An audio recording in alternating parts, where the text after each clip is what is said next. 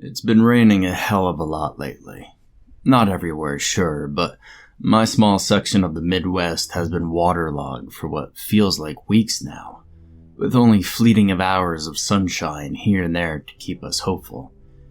It's not that I mind a bit of rain now and again, but it's been relentless, not to mention cold and windy as hell. I know rainy seasons have their place and purpose, but that doesn't mean I have to be a fan.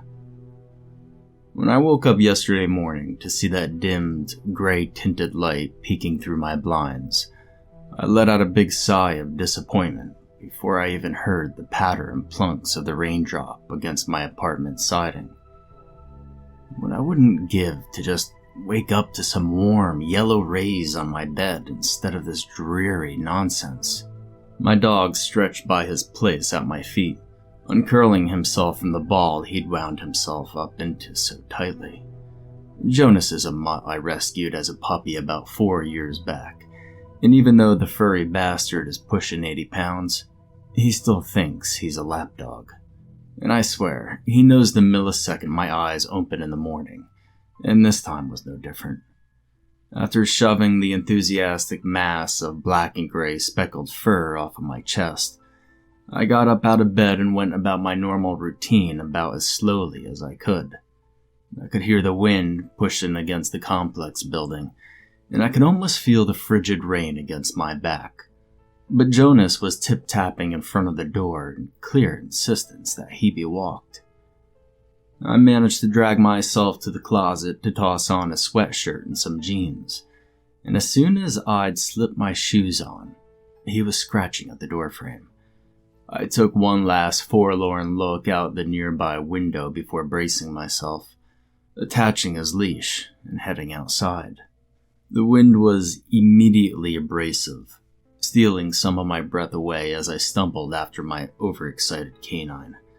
I know plenty of people who only run their dogs out for quick potty breaks when the weather's bad, but I'd put off walking Jonas for the past couple of days, and the dude was seriously stir-crazy.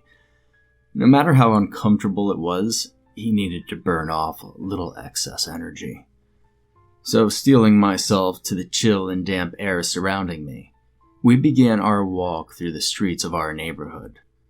I wouldn't say that we live in a bad area. It's honestly not bad at all. I just wouldn't call it a really nice area either. More like lower middle class maybe.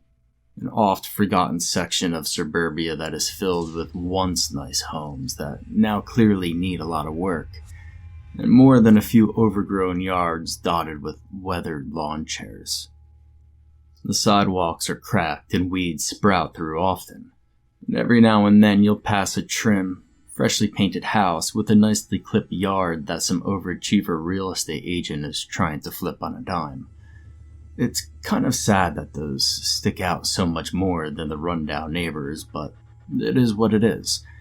It's safe enough for Jonas and me to walk unbothered, so that's good enough. My first indication that this was not an average drizzly afternoon was that no one was out. It was the weekend, and nothing short of golf ball-sized hail or a tornado kept the kids in the nearby complexes from swarming the parking lots and shouting up a storm, kicking their soccer balls and riding their scooters. There were almost always folks sitting out on their patios, too. And every now and then I'd catch the sound of a few bars of music on the radio, or the muffled faraway sounds of cars rushing by on the freeway a few miles out, but other than that, no one was outside. It felt like a ghost town, with every click of Jones' nails and every step into a puddle sounding eerily amplified. I had the strangest sensation that I had stepped into sort of a bubble, separated somehow from the world around me while simultaneously remaining within it. I was getting a pretty strange feeling, but I was determined to let my dog stretch his legs a bit. He was still trotting along at a quick pace, and so what if no one was outside? The sky didn't look like any big storms were rolling in. My phone hadn't alerted me to any emergencies in the area. and there was probably just some weekend field trip that one of the community centers nearby had pulled together, and all the parents were taking the chance to catch up on some sleep. So we walked maybe, 10, 15 minutes or so before I decided to head back. It wasn't going to be the world's best walk, but Jones had gotten to do his business and get himself covered in plenty of muddy puddle water, so he had a great time if you were to ask him. And even though the rain wasn't that heavy, I was still soaked through by this point, and my hair stuck to my forehead like plaster. Drops slid down my face and into my eyes, blurring my sight as I tried to wipe them away.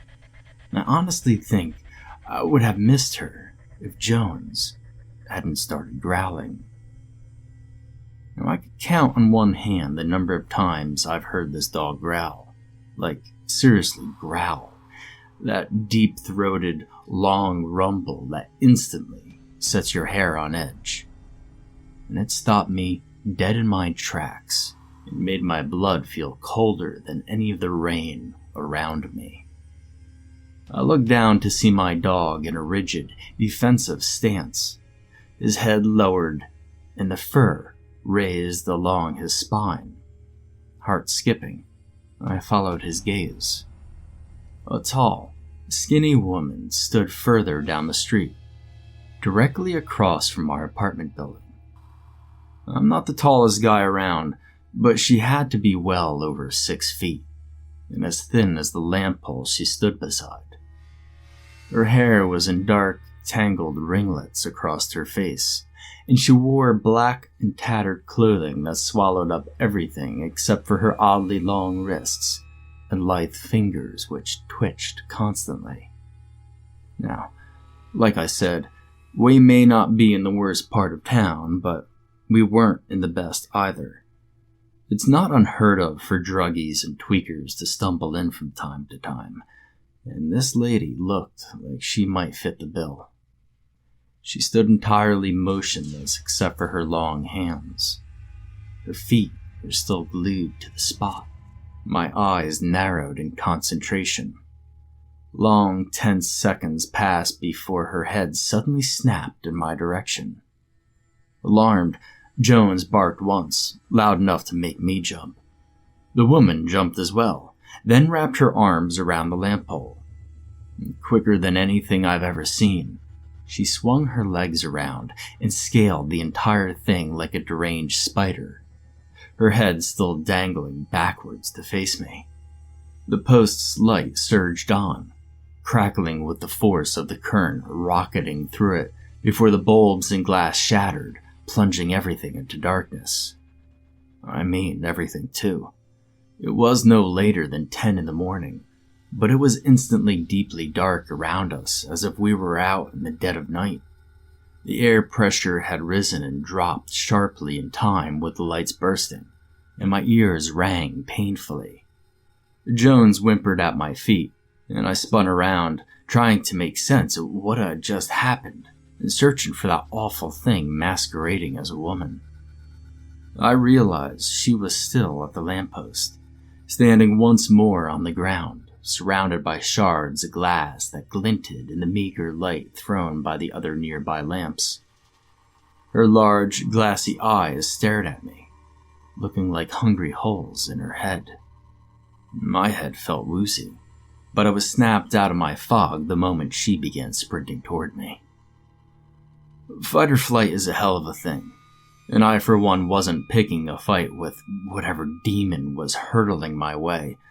With a sharp tug of the leash, Jones and I began running down the sidewalk toward our apartment. If we could just cut through the parking lot at the last second, there was a chance she would miss us. My feet pounded the concrete, and I ran faster than I ever imagined I could, watching the deranged creature fly towards us and then veer away as we turned into the apartment car lot. She was fast, though. Too fast. And as I ran to our door and began fumbling with the doorknob, I could hear her race up to meet us. I stole a glance over my shoulder as I threw the door open, just catching the sight of Jones biting the outstretched hand of the horrific woman. She let out an ear-piercing shriek, and I pulled him swiftly into the apartment as she recoiled, slamming the door and locking it behind me. Now Jones and I both stood panting before the door, listening to the angered wailing of whatever the hell had just thrown our world upside down. She, or it, began throwing itself against the door with all its might, making the wood sway and rattle. In an adrenaline-fueled panic, I shoved my couch in front of the doorway and prayed it would be enough. Parts of the door were already beginning to splinter from the abuse. Then it stopped. There was a final, achingly loud wail from the other side of the wall, and then complete silence. All I could hear was the blood rushing through my ears and my heart pounding out of my chest. I collapsed in a heap on the floor, drawing Jones into my arms and pulling him to my chest. He made no complaints, but his body remained tense, and his normally flopped, relaxed ears stood up straight as a board. Outside the windows, I noticed that it was no longer dark as night. Whatever disorienting trick the creature had done to throw us off was fading away, and the sky was beginning to lighten to the pale gray it had held when our walk began. I was almost starting to breathe evenly again, when the hand slapped up against the glass with a resounding smack. Jones immediately began to growl again, low and deep, and I stared at the hand with widened eyes. I had no doubt it was her. The fingers were long and narrow, and all wrong in proportion to the small palm and elongated wrist. Before I could wrap my mind around what was happening, another hand slapped against the window, then another, and another, and another.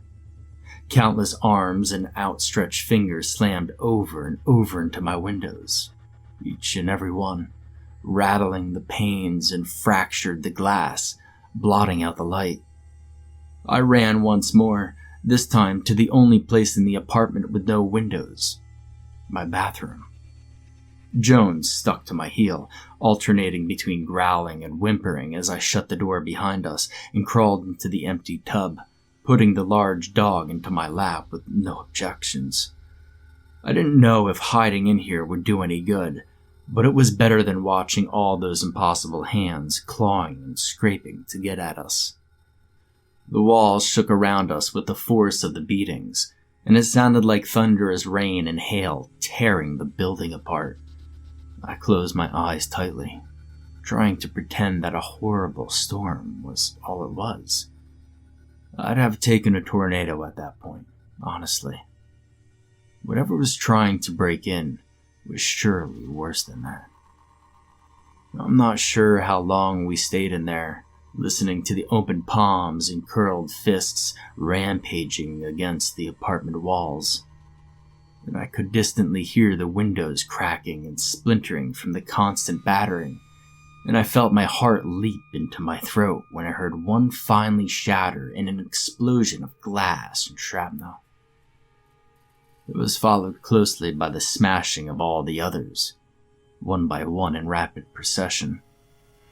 I curled my fingers into the long fur of my shivering dog, muttered jumbled prayers under my breath as if there were any god around to listen to my pleas, and sounds of my apartment being flipped and turned inside out crashed just outside the bathroom for what felt like hours. And then, all at once, everything fell completely silent. I didn't trust the quiet any more than I had the noise, but I slowly opened my eyes to peer in the direction of the locked bathroom door. Jones whined uncertainly, and I absently-mindedly patted his head in a practiced motion of reassurance, even though I was far from reassured myself. I didn't for one moment believe we'd been left alone, and after countless strained minutes, I heard the door begin to creak. Jones grumbled deeply against my chest, and my eyes widened as I spotted long, bony fingers sliding underneath the space under the door. They slipped along the length of the floor, wrapping around the base of the door, and tugged on it with rough, jerky movements. The wooden barrier rattled against the frame in protest, and then the fingers disappeared back through the opening. I sat myself up straighter in the bathtub, displacing Jones a bit and groaning out how stiff my back felt after being pressed against the porcelain for so long. As I righted myself, I heard the all too familiar sound of the doorknob turning back and forth, and the pop of the lock being thrust out of place. With a final squeak of the hinges, the bathroom door was pulled open. Nothing happened, and minutes trickled by slowly as we stared apprehensively into the exposed gap of open space. I don't know exactly what came over me, but I eventually pushed myself to my feet, determined to walk out and confront whatever was so intent on hunting me. My loyal friend shook himself as he hopped out of the tub to stand beside me, sending tendrils of loose fur into the air. And slowly, we crept forward, and my outstretched hand pushed the door open wider. My apartment was in ruins. It looked like a hurricane had swept through. Tables were upturned, my couch cushions had been ripped open, and the innards flung to and fro. Dishes and glasses were smashed and caked to the floor in giant shards, and each of the windows was blown out entirely. It was completely destroyed, but there were no signs of the intruders. Everything was eerily quiet, with the exception of the wind and the rain now free to sweep right into my home. I walked carefully over the wreckage of my possessions, crunching glass beneath my feet as I approached the nearest window facing out toward the street. And there, standing no more than 20 feet away, stood the inhuman woman, her hair billowing in the raging wind. She raised her head slowly to look at me, wide eyes wild and glinting as they met mine, and just as I was about to back away, she flipped her head to the side and ran down the street with impossible speed, quickly disappearing out of my sight. The sun began to break through the clouds minutes later, and I looked around at the shambled ruins of my home, my head pounding with the thoughts and questions racing through. What the hell had just happened? Why had that thing chosen me? Why had it just left after all of that? Maybe this was some sort of game. Maybe it was toying with me.